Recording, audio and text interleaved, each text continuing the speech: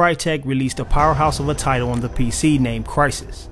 This game eventually became a benchmark for every video card for the past 4 years. It was one of the most gorgeous games to release in 2007, and allowed players to traverse wide open jungles as the predator. With Crysis 2, the tropical beaches and palm trees are cast aside. Instead, we're given some drab stone walls and a city under siege. Is this attempt to bring this series into the mainstream more of a sacrifice or a success?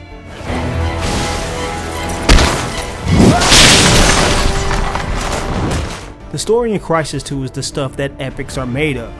Sure, it's not a masterpiece in any way, but the story of Alcatraz is hard to ignore. You're placed in the role of a soldier that's nearly killed on a routine mission. Alcatraz is saved by the mysterious prophet, a dying man who passes the burden of a powerful nanosuit to you. In a matter of hours, the fate of Alcatraz is changed from a casualty of war to its only savior. The story is ripe with twists, betrayal, and enough alien domination to make independent today jealous.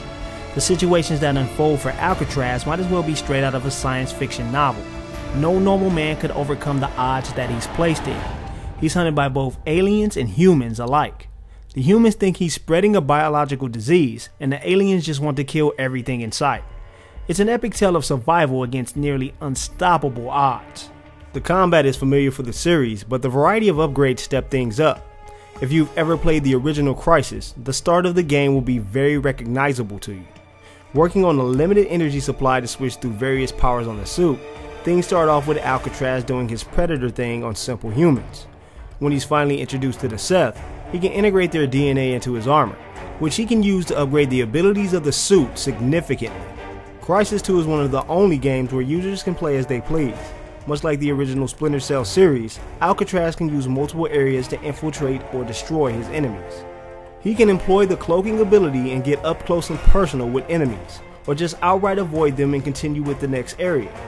You can also take on the tank approach, fortifying Alcatraz in armor and taking on a barrage of bullets. So by the end of the game, you'll easily be an unstoppable powerhouse.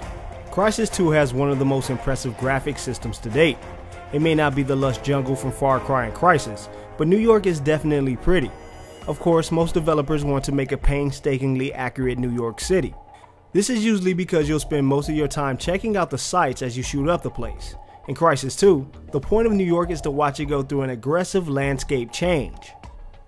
By the time you reach the final stage, you'll barely be able to recognize the city. Alcatraz will pass through caverns of mush, which could actually be called Soylent Green. The landscape in Crysis 2 literally changes on the fly at some points in the game. The ground will rumble as the large robotic tendrils burst through the area, or the entire street will shatter and crumble before you. The sounds of the game only add to the beauty of it all. The soundtrack is phenomenal and adds to the more thrilling moments. On the 360, the game still holds up pretty well. It's like playing the PC version with the graphics set to high.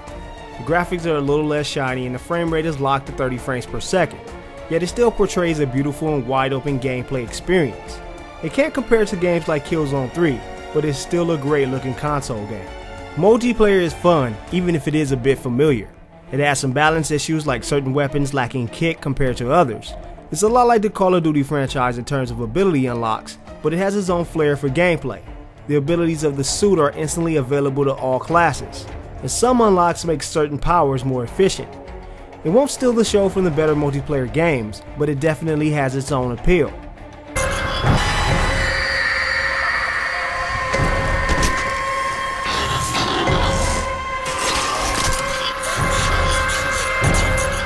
AI can be an absolute bug-filled mess, and ruins what otherwise could be stellar gameplay. The CPU in general is pretty good in Crysis 2. They'll use team tactics and try their best to beat your suit. While they can be formidable, there are many times they'll do some inane things. They'll run for cover when they have you dead to rights, or just stare deeply into space while you shoot them over and over. The worst issue is the fact that enemies get stuck on each other all the time. Crysis 2 isn't an extreme advancement compared to the last game.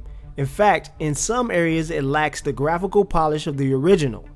The trade-off is a more amped up gameplay experience that becomes more engrossing as the game progresses. It's only held back by some AI problems that will be impossible to ignore. Crysis 2 receives a B from Half-Assed Gaming.